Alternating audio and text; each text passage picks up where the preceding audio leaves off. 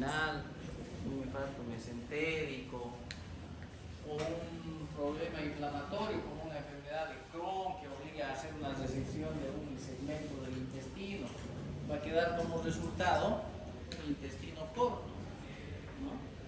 Y el intestino delgado es el lugar donde se produce el mayor proceso de absorción de nutrientes. Entonces, dependiendo de qué segmento, cuánto el intestino se ha resecado, vamos a tener trastornos en la absorción, ¿no es cierto? Eso se denomina síndrome del intestino corto. Entonces, vamos a tener trastornos o problemas clínicos secundarios a la resección de longitudes variables del intestino delgado, ¿no? Entonces va a ser menos grave o más grave dependiendo de algunas variables. Por ejemplo, dependiendo del segmento resecado. ¿Qué segmento del intestino ha sido resecado? No es lo mismo que falte el riñón o que falte el hilo. ¿Cuál será más grave de ambos? Si se reseca el riñón o el hilo.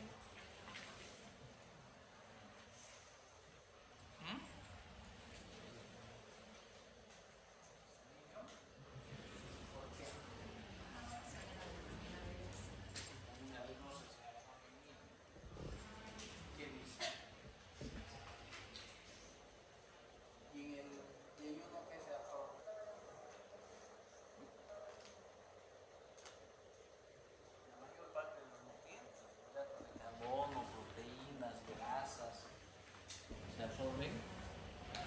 El yoduro es el segmento más grande del intestino. El mayor proceso de absorción se da en el yoduro.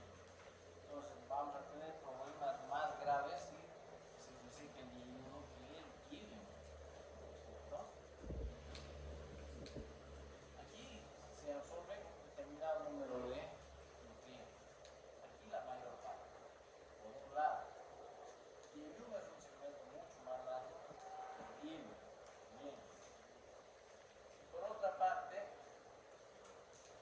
el yeyuno, si se reseca el yeyuno puede reemplazar hasta cierto punto las funciones del hilo. ¿Ya? Pero a su vez no, el hilo no puede reemplazar las funciones del yeyuno. Entonces, ese es otro aspecto. Entonces, la resección del yeyuno es más grave que la resección del hilo por esas dos circunstancias. La longitud del segmento resecado. No es lo mismo si se reseca 30 centímetros que si se reseca 2 metros. Obviamente, mientras más largo sea el segmento resecado, más grave va a ser el trastorno de la absorción.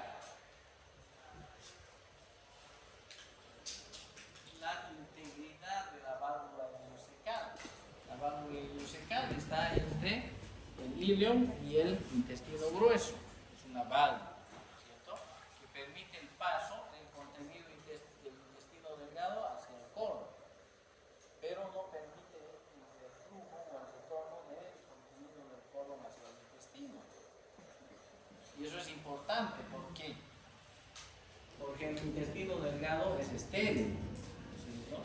En cambio, el intestino grueso está lleno de bacterias. Entonces, si se contamina el intestino delgado, se va a infectar, puede producir infecciones graves por contaminación del intestino grueso y delgado. Eso evita que ocurra la válvula ileocecal, ¿no? Entonces, si hay una resección intestinal que además reseca la válvula, obviamente que vamos a tener un mayor problema, ¿no? Va a haber contaminación del intestino delgado. Y eso que nos va a dar infecciones intestinales, diarreas, etc., ¿no? Entonces va a ser más grave. Si también se reseca alguna porción del colon,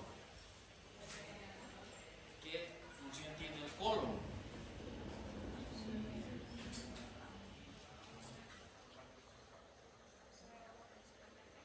La función de agua, solamente agua. ¿Qué más? Sales biliares también. Entonces, si se reseca también una porción del colon, se va a absorber menos agua, el paciente va a tener más diarrea. Y si no hay absorción de sales biliares, igual va a haber un trastorno en el metabolismo de las grasas, del calcio, etc. ¿No? Vamos a tener más complicaciones. Presencia de enfermedades residuales. Se reseca un segmento intestinal, pero el resto del intestino puede adquirir la misma enfermedad o estar con la enfermedad, pero no es posible resecar todo el segmento. Entonces, funcionalmente va a estar igual mal, ¿no? El intestino restante puede estar afectado por enfermedad residual, como la enfermedad de Crohn. Puede estar parte del intestino afectado, puede estar todo el intestino afectado, o en segmentos, ¿sí? Se seca un segmento y puede aparecer en otro segmento la misma enfermedad. Entonces, es más complicado, ¿no? Y la presencia de enfermedad residual, una mucosa alterada que igual va a estar alterada la función de absorción, porque va a requerir después también otra resección intestinal, ¿no? Entonces, la presencia de enfermedad residual también agrava el cuadro clínico. El grado de adaptación del intestino restante, lo que decíamos, ¿no? Que algunos segmentos pueden reemplazar la función de otros segmentos y otros no pueden ser reemplazados.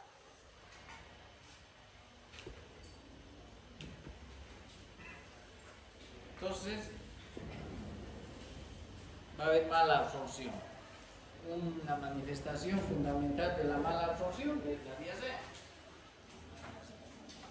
En este caso del intestino corto hay varios mecanismos que agravan la diarrea. Vean ustedes, ausencia de la mucosa intestinal. Mientras más extenso sea el segmento resecado, menos mucosa intestinal para absorción va a haber, ¿no? Por lo tanto, menos absorción de nutrientes que van a pasar sin absorberse y vamos a tener heces abundantes con nutrientes no digeridos, mayor diarrea, ¿no? Falta de mucosa intestinal, de superficie de absorción. Resección del ilio, incluye la válvula ileocecal, hemos dicho, ¿no? Las diarreas van a ser más intensas, más frecuentes por contaminación con bacterias del colon. Falta total de yeyuno, entonces ahí no se va a absorber gran cantidad de nutrientes, ¿no? Y además vean ustedes las sales biliares también que circulan, la circulación enterobiliar va a estimular la secreción de mayor cantidad de líquidos a nivel del colon, más diarrea. Ausencia de válvula ileocecal, ya hemos mencionado. Intolerancia a la lactosa. Entonces, y yo no sé si afecta también la lactasa, ¿no? Para digerir la lactosa. Y si no hay lactasa, entonces vamos a tener intolerancia a la lactosa. Además, mayor diarrea.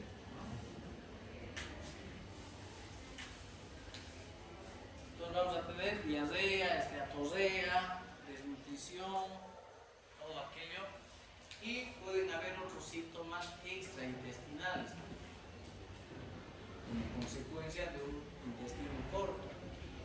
Cuando el colon no está afectado, vamos a tener cálculos renales, oxalato de calcio, porque va a haber mayor absorción de calcio. Entonces vamos a tener cálculos renales. Incremento de la incidencia de cálculos biliares, de colesterol, por menor cantidad de ácido biliar, no se absorben los ácidos biliares y a nivel de la vesícula biliar se va a formar los cálculos biliares de colesterol por falta de la acción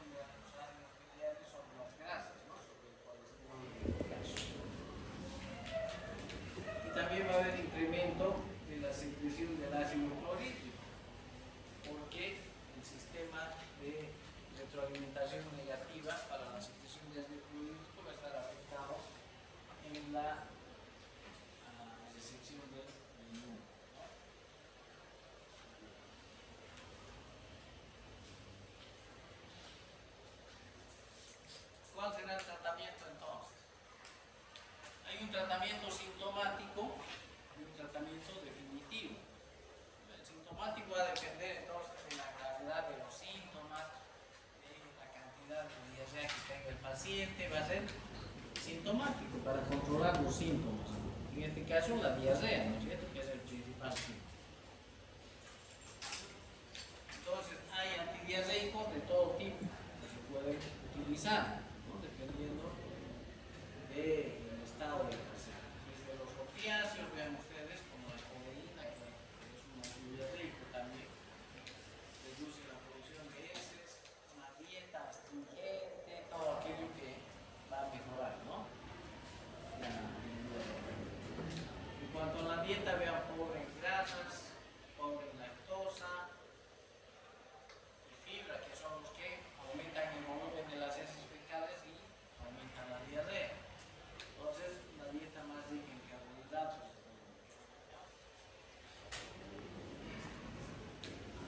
Si el paciente tiene ausencia de la válvula ileocecal, las infecciones intestinales van a ser frecuentes.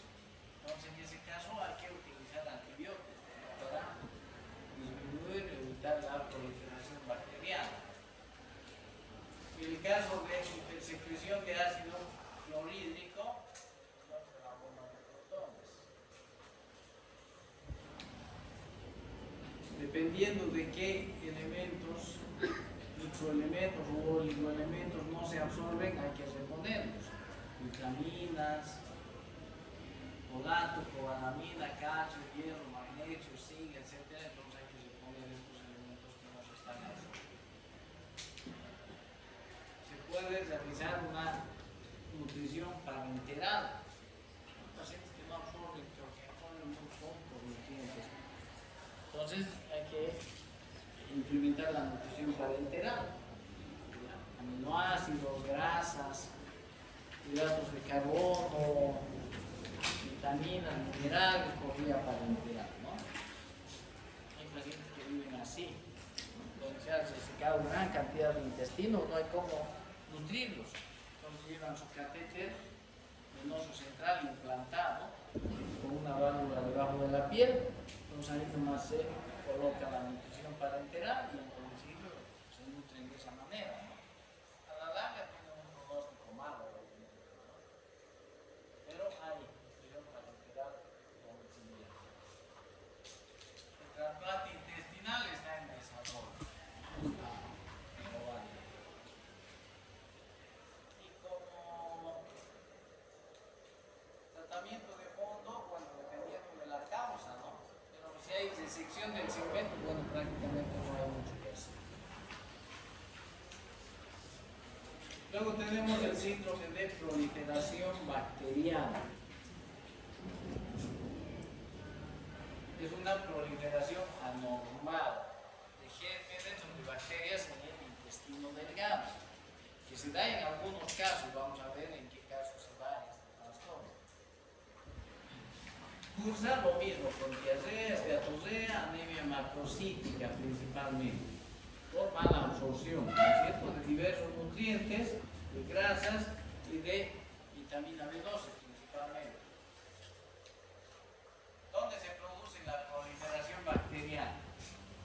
Hay una proliferación bacteriana a nivel del intestino delgado de gérmenes o de bacterias del colon. Entonces estamos hablando del ilio, ¿no? El ilio es donde habitualmente se produce esta proliferación bacteriana anormal, por vecindad con el colon. Se da en todos aquellos casos o estados en los cuales hay una éstasis en el tránsito intestinal. Normalmente el intestino tiene contracciones peristálticas, ¿no es cierto?, que hacen que progrese el contenido intestinal hacia el colon. Eso es normalmente. Pero este peristaltismo o este tránsito intestinal puede estar alterado y se detiene. Se detiene y eso es una causa para que en ese territorio se produzca una proliferación bacteriana anormal. A eso se denomina éstasis, la detención del tránsito intestinal. hay dos tipos de éxtasis, un éxtasis funcional y un éxtasis anatómico, ¿no? Éxtasis funcional es cuando el intestino se paraliza, no se contrae, por diversas causas. Lo más importante, una neuropatía diabética. Entonces, la contracción intestinal está disminuida de todo el tubo digestivo, estómago, también intestino. Entonces, en ese caso tenemos éxtasis funcional. Trastornos neurológicos, por ejemplo, también, ¿no? Entonces, porque el peristaltismo está disminuido o está detenido. En cambio, la éxtasis anatómica se da cuando hay trastornos estructurales en el intestino. Por ejemplo, un divertículo a nivel intestinal. Entonces, en ese divertículo se estanca el contenido intestinal, alimentos, etc., ¿no es cierto? Y ahí se contamina y empiezan a proliferar las bacterias. Pero es porque hay un divertículo. Ese es un éxtasis anatómico. Ese divertículo no se contrae y acumula contenido intestinal, ¿no es cierto? Se entiende eso, una éxtasis anatómica. Dilataciones del intestino también funcionan de la misma manera. Entonces, trastornos en la anatomía intestinal. Y luego también en casos en los cuales se produce una comunicación directa entre el intestino delgado y el colon, una fístula. El colon hacia el intestino. Entonces, también va a haber colonización y desarrollo de bacterias.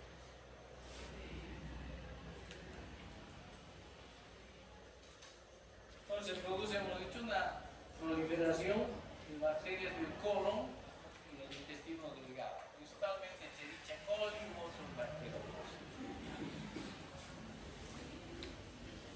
¿Qué ocurre?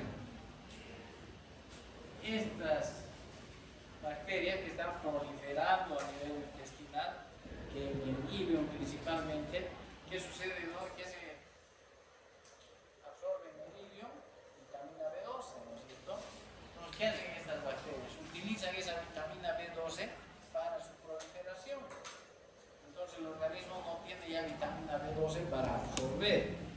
Ingresa en un estado de deficiencia de vitamina B12, que da como resultado una anemia macrocítica. Una de las manifestaciones del síndrome de proliferación bacteriana es la anemia microcítica. Por el consumo de las bacterias de la vitamina B12 ahí en el intestino. Y por el contrario, eliminan ácido fólico. Consumen vitamina B12, pero eliminan ácido fólico. Entonces, estos pacientes que tienen deficiencia de vitamina B12 y ácido fólico normal o aumentado, para diferenciar con otras causas de deficiencia de vitamina B12. ¿Ya? Cursa con esteatosea también, ¿ya? Porque no se absorben los ácidos biliares a ese nivel. Entonces también va a haber deficiencia en la absorción de grasa. Estas toxinas secretan enterotoxinas que estimulan la secreción de líquido, por lo tanto mayor cantidad de diarrea. Entonces explican las causas de diarrea en estos casos. Etiología, hemos dicho proliferación bacteriana en la luz del intestino. Causas de éxtasis anatómica, divertículos, fístula o estenosis en Crohn. La enfermedad de Crohn produce estenosis del intestino. Si hay una estenosis, la contracción peristáltica llega hasta ahí y no pasa, se estanca ahí, entonces estanca la producción del contenido intestinal. Asa aferente duodenal proximal en gastrectomía subtotal con gastroilenostomía, esas cosas que hacen los cirujanos, ¿no es cierto? Entonces, también hay alteraciones o comunicación directa entre algunas asas, el estómago o el peristaltismo, la progresión del contenido intestinal. Derivación intestinal, por ejemplo, en los obesos, esas cirugías de derivación para evitar la obstrucción, ¿no es cierto? También hay un éxtasis anatómico. Dilatación en el sitio de una anastomosis intestinal previa. Por alguna situación se ha resecado el intestino, se ha hecho la anastomosis y ahí hay un trastorno de la motilidad, se dilata la parte proximal del intestino, ¿no? Entonces ahí podemos desarrollar una proliferación bacteriana. Entonces vean algunas de las causas de éstasis anatómica. La éstasis funcional hemos dicho, ¿no? Es falta de peristaltismo intestinal, por neuropatías principalmente.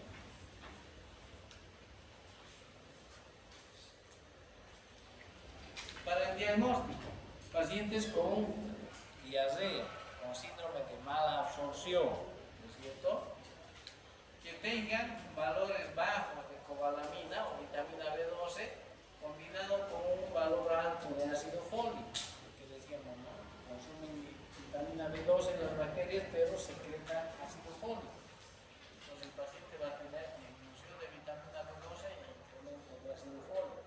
Aquí hay que pensar que sea un síndrome de proliferación bacteriana.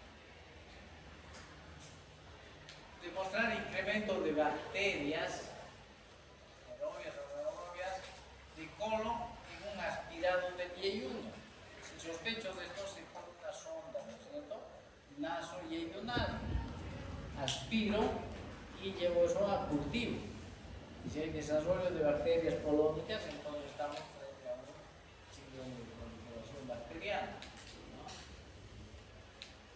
La prueba de Silo, que ya hemos mencionado, que evalúa el metabolismo de la vitamina B12. En su tercera fase, la prueba de Schilling va a demostrar que la deficiencia de vitamina B12 es por un síndrome de proliferación bacteriana. En su momento vamos a ver con más profundidad y además ustedes van a revisar esta prueba en la práctica. Se puede hacer un tratamiento diagnóstico, prueba diagnóstica, ¿no es cierto? Bueno, si sospecho que es un síndrome de proliferación bacteriana, le doy 5 días de tratamiento con antibióticos de amplio espectro. Si se establece la absorción de vitamina B12, significa que lleva una proliferación bacteriana, porque se ha controlado con antibióticos. Esa es una prueba diagnóstica, terapéutica. Medición del hidrógeno en aliento después de administrar lactosa.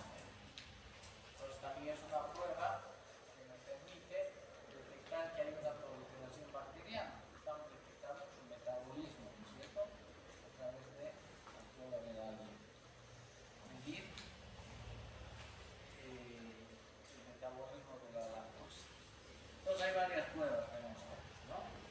Una vez hecho el diagnóstico, se puede corregir alguna anormalidad en éstasis anatómico, bueno, se lo corrige quirúrgicamente, ¿no es cierto?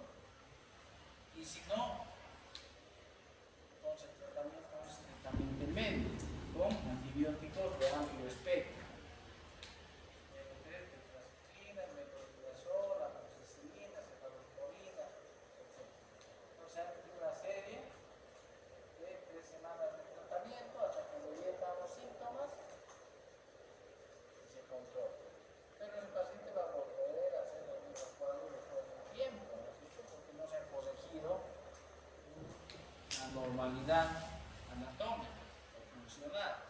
Entonces habrá que hacer una nueva serie de tratamiento antibiótico cada vez que el paciente se infecta. O se puede mantener una dosis continua de un antibiótico de por vida para controlar el crecimiento bacteriano.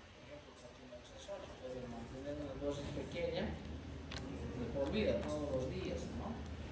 Para controlar el crecimiento bacteriano. Entonces hay diferentes esquemas, ¿no? Pero el tratamiento es con antibióticos.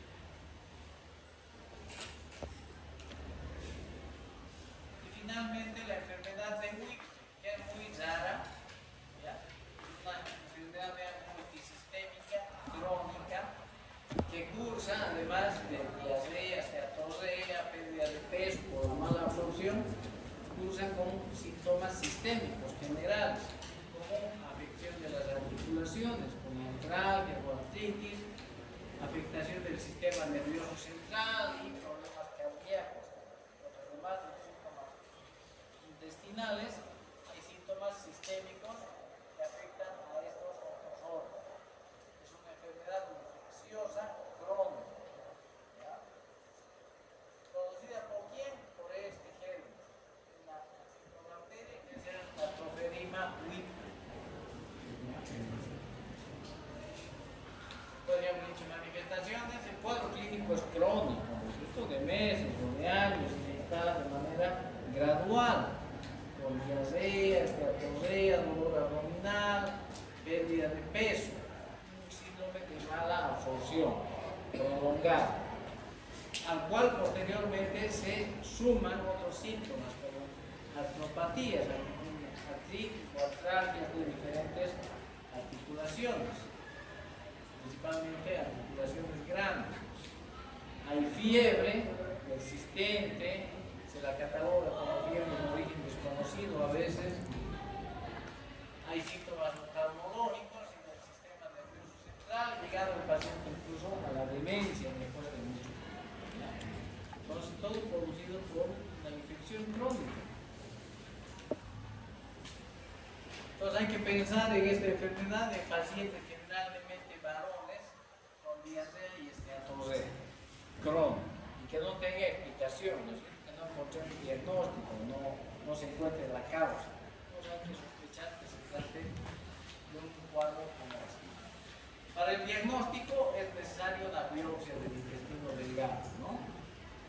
Como es una multisistémica, se puede hacer biopsia de otros órganos también. Si tenemos afectación, ¿no? De algún órgano como hígado, ganglio linfático, corazón, etc. ¿Qué se va a encontrar? Presencia de macrófagos positivos que tienen los bacilos intracelulares. Entonces, con eso se hace el diagnóstico. En la actualidad se cultiva Tropherima wipp. Es un problema infeccioso. El tratamiento entonces es con antibióticos. Es un tratamiento prolongado. Un fármaco de elección, sulfasalazón con dimetoprina, doble potencia, súper fuerte. Y debe durar el tratamiento durante un año. Alternativamente, otros antibióticos como el cloroformo.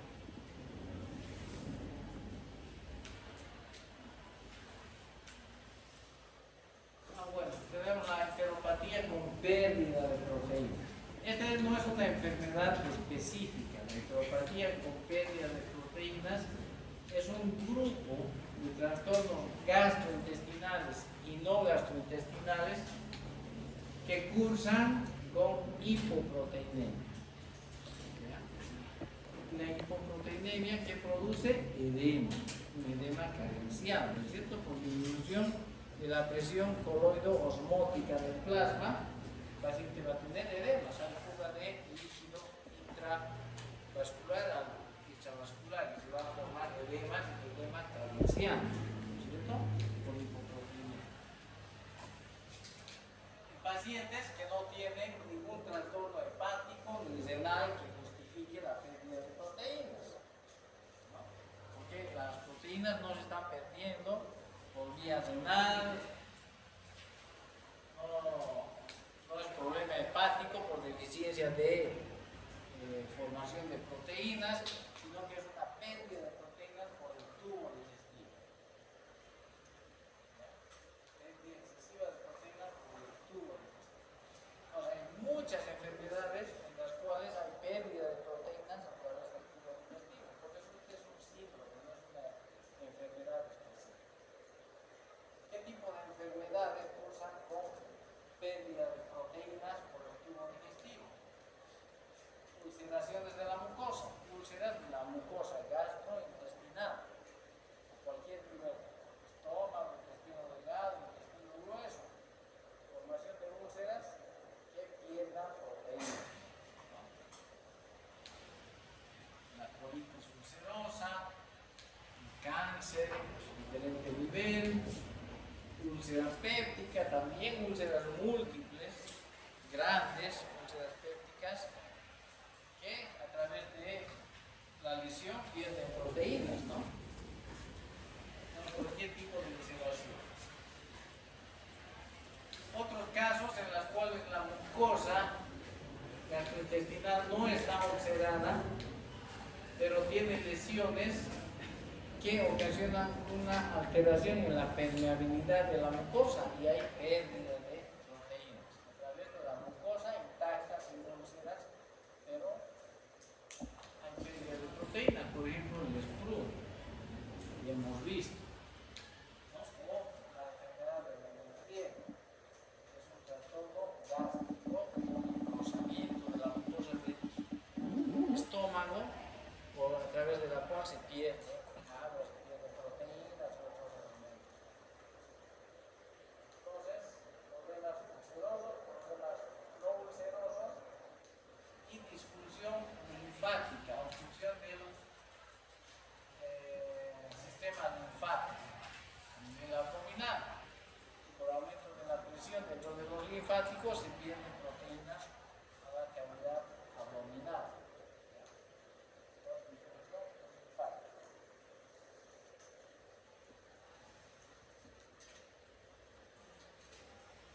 ¿Qué vamos a tener en la clínica? Paciente con edemas, edema carencial. ¿Qué características tiene el edema carencial? El edema se produce en diferentes enfermedades, ¿no es cierto? Insuficiencia cardíaca, insuficiencia renal, insuficiencia hepática, hipoproteinemia también. Y es diferente el edema en cada una de estas enfermedades, no es igual. Cardíaco, biológicamente es un edema que aparece vespertino, ¿no es cierto? El paciente amanece deshinchado y con el transcurso del día se va edematizando y en la tarde está con un edema importante. En la tarde ya no le entra el zapato, ¿no es cierto? En la mañana ya no tiene, amanece deshinchado. Porque en la noche, cuando está echado, se absorben los edemas, los orina, y en la mañana amanece deshinchado. Y con la actividad física se va hinchando, edematizando nuevamente durante el transcurso del día para tener los edemas en las tardes. Ese es un edema vespertino. En cambio, el renal es un edema matutino, ¿no es cierto? Amanece hinchado el paciente con insuficiencia renal. Y no solamente en las extremidades inferiores, sino también la cara, los párpados. Es diferente, ¿no es cierto? Si uno conversa con el paciente, tiene que averiguar qué tipo de edema tiene.